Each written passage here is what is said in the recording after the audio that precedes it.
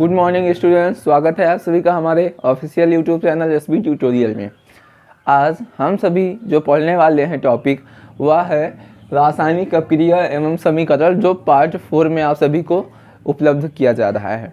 तो आप सभी स्टूडेंट्स में जितने भी स्टूडेंट्स ने अभी तक हमारे चैनल को सब्सक्राइब नहीं किया है, चैनल को सब्सक्राइब करो ताकि हमारी जो नेक्स्ट क्लास की वीडियो सबसे पहले आप तक पहुँचे, हमारी वीडियो जो होगी सबसे पहले आप तक पहुँचे। तो उसके लिए चैनल को सब्सक्राइब कर देना है। नीचे सब्सक्राइब का ऑप्शन आ रहा होगा, सब्सक्राइब करके उस पर बेल आइकन बन के आएगा और उसको करके नोटिफिकेशन को ऑन कर देना है ताकि हमारी वीडियो सबसे पहले आप तक पहुँचे।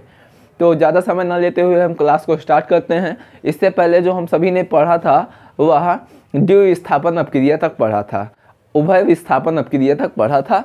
और आज जो हम लोगों को स्टडी करना है वह हम लोगों को स्टडी करना है पांचवी अपक्रिया से, जिसका नाम है वियोजन अपक्रिया। पांचवी जो अपक्रिया है वह क्या है? वियोजन अपक्रिया, जो बहुत ज़्यादा इम्पॉर्टेंट है क्लास 10th के बोर्ड पेपर के लिए। वियोजन अपक्रिया को डिसोसिएशन रिएक्शन कहते हैं। वियोजन अपक्रिया को डिसोसिएशन रिएक्शन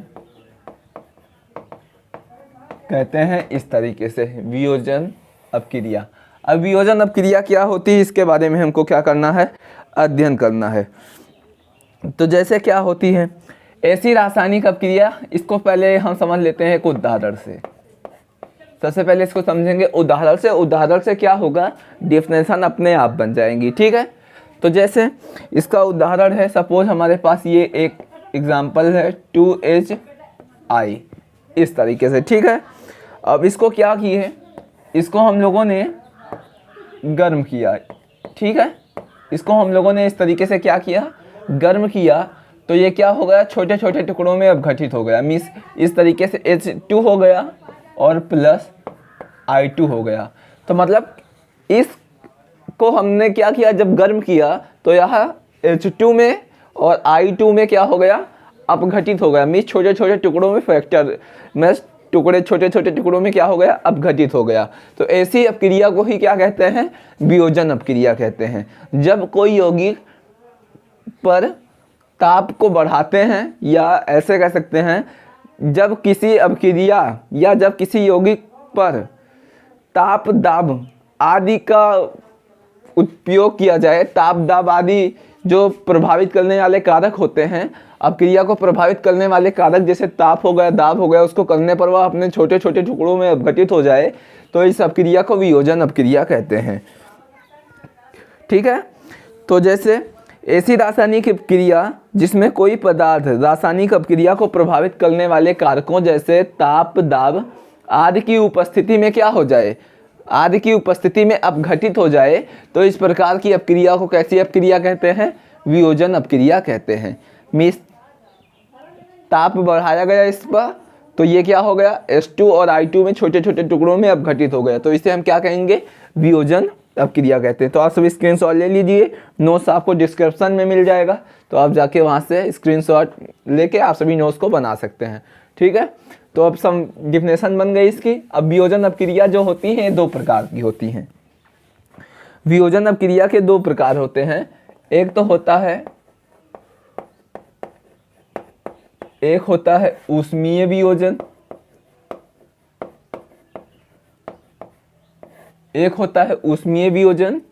और दूसरा जो होता है वह होता है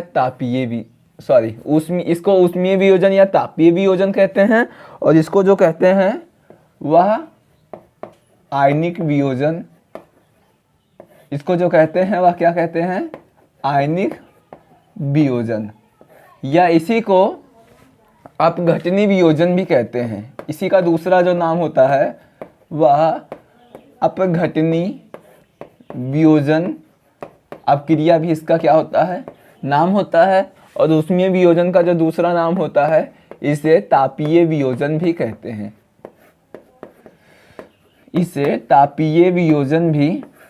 इस तरीके से अब क्या देखना है यहाँ से, तापीय वियोजन है और ये आयनिक वियोजन है। तो नाम से स्पष्ट है कि ताप बढ़ाने पर जब कोई यौगिक छोटे छोटे टुकड़ों में अपघटित हो जाएगा तो उसे हम ऊष्मीय वियोजन कहेंगे। आयनिक वियोजन क्या होगा मीन्स जब आयनों की उपस्थिति में क्या हो जाए, छोटे छोटे टुकड़ों में अपघटित हो जाए तो उसे हम क्या कहते हैं, आयनिक वियोजन कहते हैं। जैसे उदाहरण देखते हैं, उदाहरण की सहायता से हम सभी समझते हैं। तो अभी हम लोगों ने क्या किया था, इस तरीके से सपोज मान लेते हैं 2HI, ठीक है। 2HI इसको हम लोगों ने क्या किया, इसको हम लोगों ने गर्म किया तो ये क्या होगा, ये H2 + I2 छोटे छोटे टुकड़ों में क्या हो गया, अपघटित हो गया, मीन्स टूट गया, ठीक है।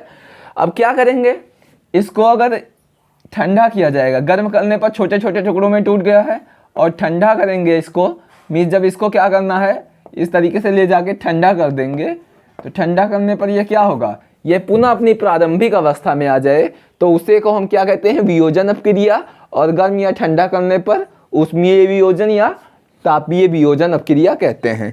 और इस अपक्रिया को जो है, वियोजन अपक्रिया को उत्क्रमणीय अपक्रिया के नाम से भी जाना जाता है। इसको उत्क्रमणीय, उसमें जो वियोजन अपक्रिया होती है उसको उत्क्रमणीय अपक्रिया के नाम से भी जाना जाता है। क्यों उत्क्रमणीय अपक्रिया के नाम से जाना जाता है, क्योंकि गर्म करने पर यह अपघटित हो जाएगा और ठंडा करने पर यह पुनः अपनी अवस्था में आ जाएगा। तो ये रिएक्शन जो होता है वो दोनों दिशाओं में संपन्न होती है। तो इस प्रकार की अपक्रिया को वियोजन अपक्रिया कहते हैं। वे अपक्रिया जो दोनों दिशाओं में होती है उसे वियोजन अपक्रिया या उत्क्रमणीय अपक्रिया कहते हैं। अब बात करते हैं आयनिक वियोजन की, कि आयनिक वियोजन क्या होता है। तो इसको भी हम लोग देखते हैं उदाहरण की सहायता से, ठीक है।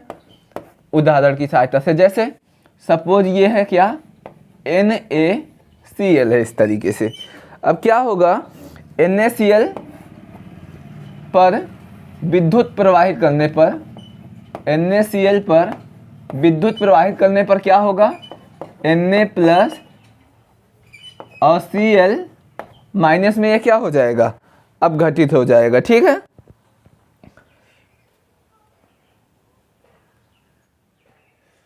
ठीक है, मीस जब कोई ये NaCl साधारण नमक का फार्मूला है। जलीय विलयन में जब इसको घोला जाएगा, मीस जलीय विलयन में जब विद्युत को घोला जाएगा, अब विद्युत अपघट्य को मिलाया जाएगा तो वह छोटे छोटे टुकड़ों में क्या हो जाएगा, अपघटित हो जाएगा। और यहाँ से इसको क्या करेंगे, इसको फिर से करेंगे तो ये पुनः अपनी अवस्था में आ जाएगा। तो इसे हम क्या कहेंगे, आयनिक वियोजन या अपघटनी वियोजन अपक्रिया कहते हैं। तो यहाँ से इसका डिफिनेशन क्या होगा, जब वैद्युत संयोजी यौगिक, NaCl वैद्युत संयोजी यौगिक होता है। जब वैद्युत संयोजी यौगिक को किसमें, विद्युत अपघट्य के द्वारा जलीय विलयन में घोला जाता है, वैद्युत अपघट्य के द्वारा जलीय विलयन में घोला जाता है तो वह छोटे छोटे टुकड़ों में क्या हो जाता है, विभक्त हो जाता है। तो वह इस प्रकार के यौगिक को आयनिक वियोजन या अपघटनीय वियोजन अपक्रिया कहते हैं। इस प्रकार की अपक्रिया को आयनिक वियोजन या अपघटनीय वियोजन अपक्रिया कहते हैं। क्लियर है बात। अभी दूसरा एग्जाम्पल देखते हैं किसका, सपोज जैसे HCl है, ये HCl हाइड्रोक्लोरिक अम्ल है और यह भी कैसा यौगिक है, तो ये वैद्युत संयोजी यौगिक है। क्लियर। अब इस पर क्या करेंगे, इस तरीके से वैद्युत धारा प्रवाहित करेंगे तो ये H+ और Cl- के छोटे छोटे टुकड़ों में क्या हो जाएगा, विभक्त हो जाएगा। तो इसे हम आयनिक वियोजन या अपघटनीय वियोजन अपक्रिया कहते हैं। अब इसका भी कोई एक एग्जाम्पल और देख ले रहे हैं। तो इसका एग्जाम्पल सपोज हम लोग देखे ले रहे हैं NH4Cl।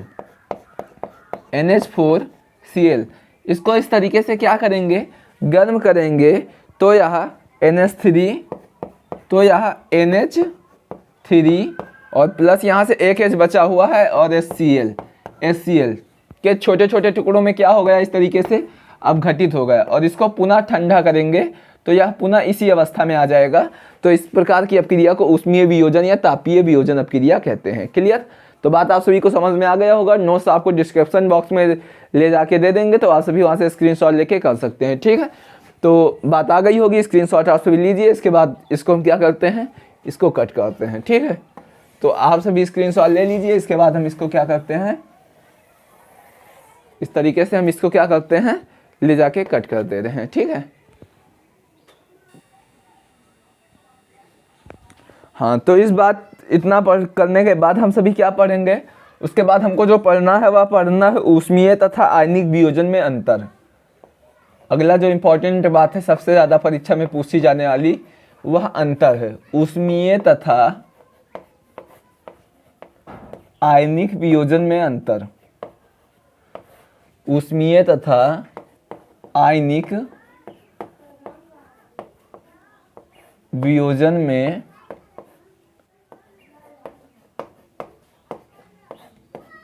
अंतर। ठीक है, तो इसको भी इस तरीके से हमको क्या करना है, 2 कॉलम में बना लेना है और एक तरफ लिखना है ऊष्मीय वियोजन, इस तरीके से एक तरफ लिखना है ऊष्मीय वियोजन और दूसरी तरफ क्या लिखना है, आयनिक वियोजन। ठीक है, ऊष्मीय वियोजन और आयनिक वियोजन। तो अभी हमने बताया था ऊष्मा के जरिए इसको संपन्न किया जाता है और उसको आयनिक वियोजन के जरिए संपन्न किया जाता है। तो ऊष्मीय वियोजन जो होता है ये क्यों होता है, यह ताप बढ़ाने पर अपघटित होता है। ऊष्मीय वियोजन जो होता है, ऊष्मीय वियोजन ताप बढ़ाने से होता है। और आयनिक वियोजन क्या होता है, आयनिक वियोजन जो होता है यह जल में घोलने से होता है। आयनिक वियोजन जो होता है यह जल में घोलने से होता है। क्लियर है बात। दूसरा जो बात होगा वह क्या होगा, ऊष्मीय वियोजन से प्राप्त उत्पाद आसानी से पृथक कर सकते हैं। मीन्स ऊष्मीय वियोजन से जो उत्पाद प्राप्त होगा, ऊष्मीय वियोजन से जो उत्पाद मिलेगा उसको आसानी से हम लोग क्या कर सकते हैं, आसानी से इसको हम लोग प्राप्त कर सकते हैं। लेकिन आयनिक वियोजन में की आयन अलग अलग नहीं कर सकते। इसमें क्या होगा, आयनिक वियोजन में जो आयन होता है, मीन्स Na अलग हो गया था, Cl अलग हो गया था, उसको हम लोग क्या कर नहीं कर सकते, उत्पाद को, प्राप्त उत्पाद को अलग नहीं कर सकते। मीन्स जो Na प्लस और Cl- हमको मिला था, इसको हम ये हमको प्राप्त हुआ था, तो इसको हम लोग अलग नहीं कर सकते। क्लियर है बात। तो ये बात हुई। तीसरी जो बात होगी वह क्या होगी, तीसरी जो बात होगी वह होगी ऊष्मीय वियोजन के लिए माध्यम की आवश्यकता नहीं होती। ऊष्मीय वियोजन के लिए माध्यम की आवश्यकता नहीं होती, माध्यम की आवश्यकता नहीं होती। जैसे हम लोग ताप बढ़ा दिए तो वह छोटे छोटे टुकड़ों में अपघटित हो ही जाएगा, तो इसके लिए माध्यम की आवश्यकता नहीं होती। लेकिन जो है ये आयनिक वियोजन, आयनिक वियोजन में माध्यम की आवश्यकता होती है, माध्यम की आवश्यकता होती है। क्लियर है बात। क्यों माध्यम की आवश्यकता होती है, जैसे इसको जल में घोला जाएगा, आयनिक वियोजन के जो यौगिक होंगे उनको जल में घोलना पड़ेगा।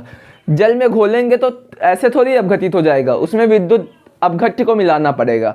विद्युत अपघट्य क्या हो गया, माध्यम हो गया। मीन्स जब तक विद्युत अपघट्य को नहीं मिलाएंगे तब तक छोटे छोटे टुकड़ों में अपघटित नहीं होगा, तो इसलिए उसे क्या कहते हैं, माध्यम की आवश्यकता होती है। और जो सबसे ज़्यादा इंपॉर्टेंट पॉइंट है, 4th पॉइंट, इसमें उदासीन अणु बनते हैं। ऊष्मीय वियोजन जो होता है इसमें उदासीन अणु बनते हैं। मीन्स वह न धन आवेशित होते हैं ना ऋण आवेशित होते हैं। लेकिन इसमें क्या होता है, इसमें उदासीन अणु नहीं बनते हैं। मीन्स इसमें आवेशित आयन बनते हैं। एक Na+ होता है तो दूसरा माइनस होता है ना, तो इसमें क्या होता है, आवेशित आयन बनते हैं इस तरीके से। तो आप सब स्क्रीनशॉट ले लीजिए, बाकी अपने तरीके से अच्छे से नोट डाउन कर सकते हैं। ठीक है, तो आप सब स्क्रीनशॉट ले लीजिए, उसके बाद हम आगे बढ़ते हैं। तो आप सब स्क्रीनशॉट लिए होंगे, उसके बाद बात करते हैं आगे। ठीक है, ऊष्मीय वियोजन तथा ऊष्मीय अपघटन में अंतर। उसके बाद अगली जो हेडिंग है वह हमारा है ऊष्मीय वियोजन तथा ऊष्मीय अपघटन में अंतर।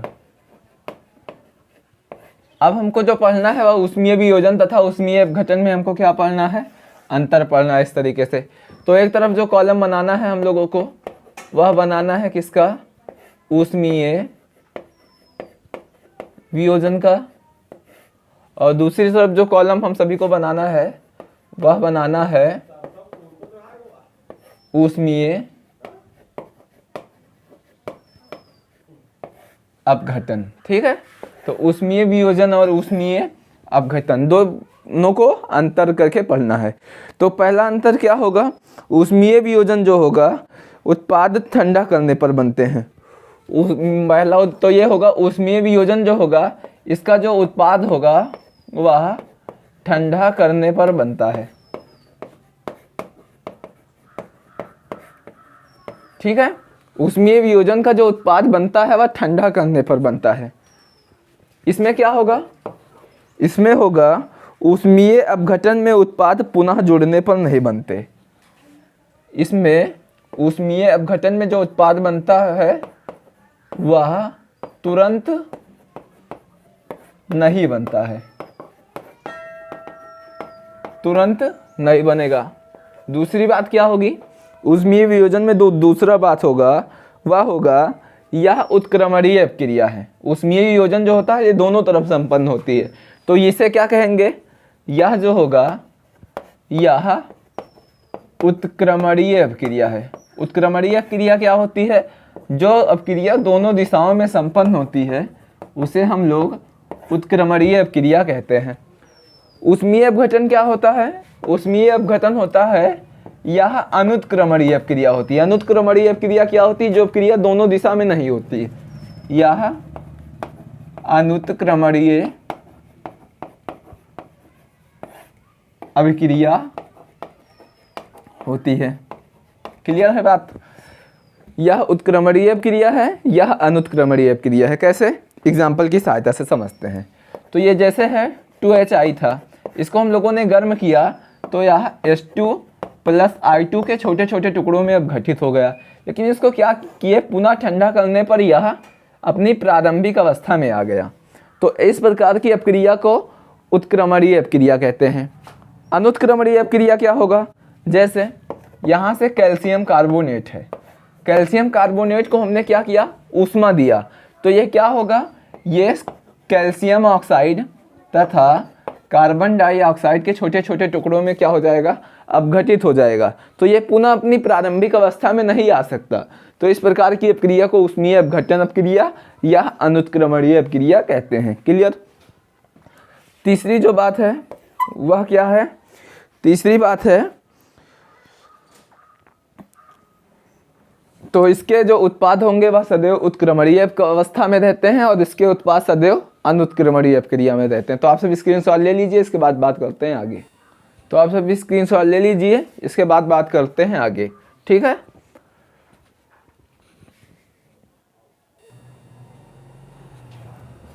तो आप सभी को स्टूडेंट्स को अगर हमारी वीडियो अच्छी लग रही हो तो चैनल को सब्सक्राइब करिए, लाइक कमेंट पूरा करिए, ताकि हमारा जो मोटिवेशन है इसी तरीके से बढ़ता रहे और सभी स्टूडेंट को अच्छे से अच्छी सुविधा का प्रबंध किया जा सके। तो आप सभी स्टूडेंट से यही रिक्वेस्ट है कि जितने भी भाइयों ने अभी तक चैनल को सब्सक्राइब नहीं किया है, चैनल को सब्सक्राइब जरूर करें ताकि हमारी वीडियो सबसे पहले पहुँचे। ठीक है। तो रासायनिक अपक्रिया एवं समीकरण में अब जो पढ़ना है वह हम सभी को पढ़ना है ऊष्माक्षेपी अभिक्रिया। ऊष्माक्षेपी अभिक्रिया। और दूसरा जो हमको पढ़ना है इसी में वह पढ़ना है ऊष्मा शोषी अपक्रिया। ऊष्माक्षेपी एवं ऊष्मा शोषी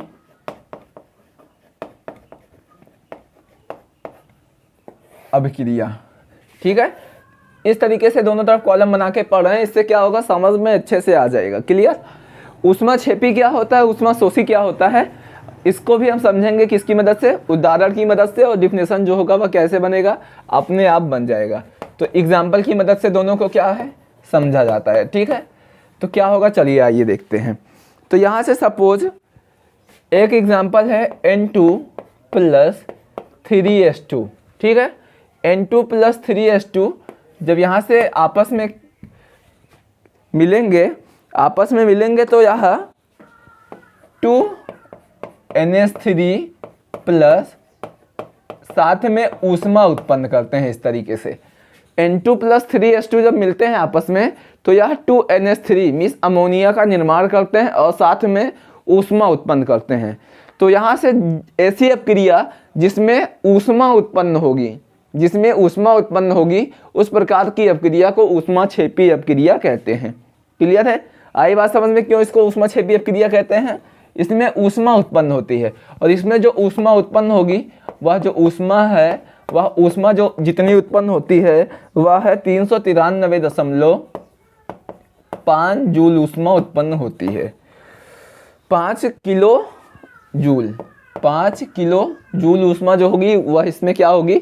उत्पन्न होगी। तो इस प्रकार की अपक्रिया को ऊष्माक्षेपी अपक्रिया कहते हैं। अब ऊष्माशोषी अपक्रिया फिर किसे कहते हैं?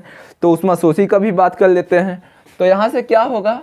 N2 प्लस O2 नाइट्रोजन और ऑक्सीजन और साथ में क्या होगा? जब ऊष्मा आपस में क्रिया करते हैं तो यह क्या बनाते हैं? नाइट्रस ऑक्साइड बनाते हैं। तो ऐसी अपक्रिया, ये देखो ऊष्मा मिल गई तो नाइट्रस ऑक्साइड बन गया। ऊष्मा गई कहाँ? पता नहीं चला। तो जिसमें ऊष्मा क्या होती है?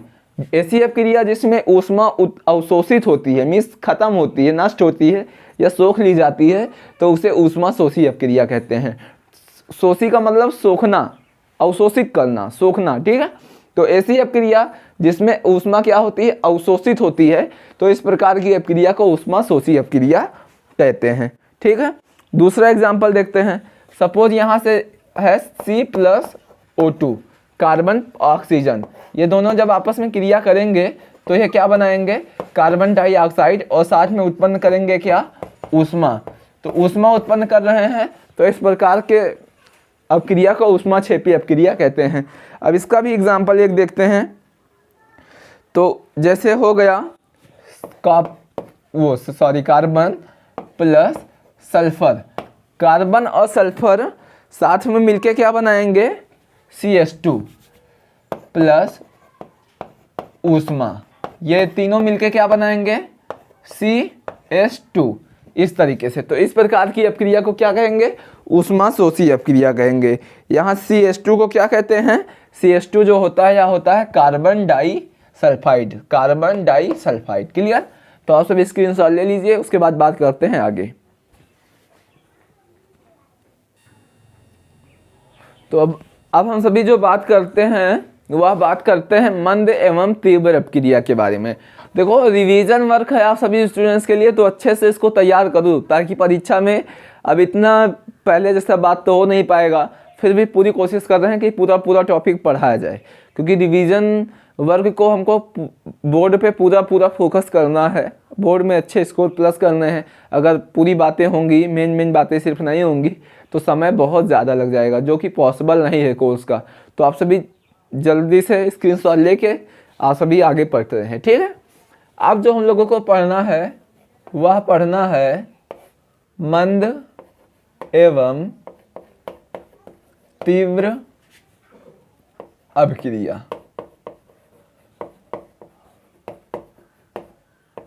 मंद एवं तीव्र अपक्रिया। मंद का मतलब होता है स्लो और तीव्र का मतलब होता है बहुत तेजी से जो हो, तो उस प्रकार की अपक्रिया को तीव्र अपक्रिया कहेंगे।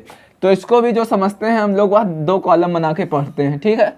एक तरफ जो कॉलम बनाएंगे, एक तरफ का जो कॉलम बनेगा वह मंद अपक्रिया होगी, मंद अपक्रिया,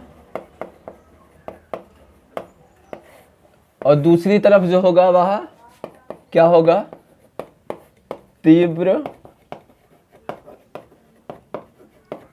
अपक्रिया। सपोज आप सभी स्टूडेंट्स का पूछ लेता है अंतर, तो अंतर के लिए ऐसे कर देना है, लिख देना है पेपर में, और जब यह पूछता है कि मंद अपक्रिया क्या होती है तो सिर्फ मंद वाले को लिखना, जब पूछेगा तीव्र अपक्रिया क्या होती है तो हेडिंग डाल के बढ़िया से तीव्र अपक्रिया के बारे में लिख देना है, जिससे स्कोर प्लस करने का चांसेस बहुत ज़्यादा हो जाएगा। ठीक है? तो मंद एवं तीव्र अपक्रिया को चलो पढ़ते हैं। मंद का मतलब ऐसी अपक्रिया जो बहुत धीरे होंगी उसे मंद अपक्रिया कहेंगे। तीव्र अपक्रिया क्या होगी? ऐसी अपक्रिया जो बहुत तेजी से हो, तो उस प्रकार की अपक्रिया को क्या कहेंगे? तीव्र अपक्रिया कहेंगे। जैसे मंद अपक्रिया क्या होगा?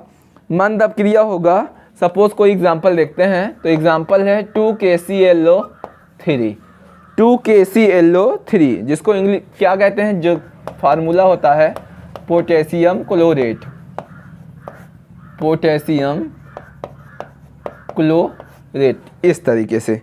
अभी इसको क्या किया? हीट कर दिया।